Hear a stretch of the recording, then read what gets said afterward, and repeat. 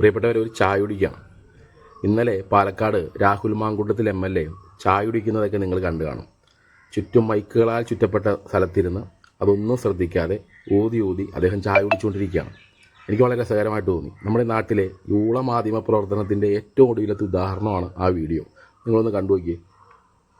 കോടതിയിൽ ഇരിക്കുന്നതുകൊണ്ട് വേറെ ഒന്നും പറയാനില്ല എന്നതാണ്. ഈ രണ്ടാമത്തെ പരാതിയുമായി ബന്ധപ്പെട്ട് രാഹുലിന് ഒന്നും പ്രതികരിച്ചിട്ടില്ല എന്ന് മാത്രമല്ല, സ്വാഭാവികമായിട്ട് ഈ പാർട്ടിയിൽ നിന്ന് നടപടി എങ്ങനെയാണ് കാണുന്നത്? അത് രാഹുലിനെ പ്രതീക്ഷിച്ചിരുന്നോ? രാഹുൽ ആ നടപടി പ്രതീക്ഷിച്ചിട്ടുണ്ടായിരുന്നോ?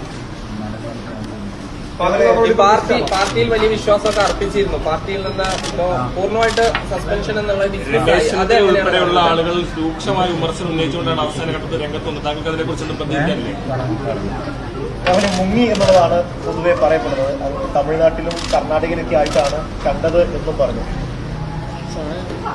രാവിലെ ഒടുവിലായിരുന്നു പറയുന്നത്. വിളിച്ചിട്ട് കിട്ടിയിരുന്നില്ല, ബന്ധപ്പെടാൻ കഴിഞ്ഞിരുന്നില്ല പാലക്കാട് MLA.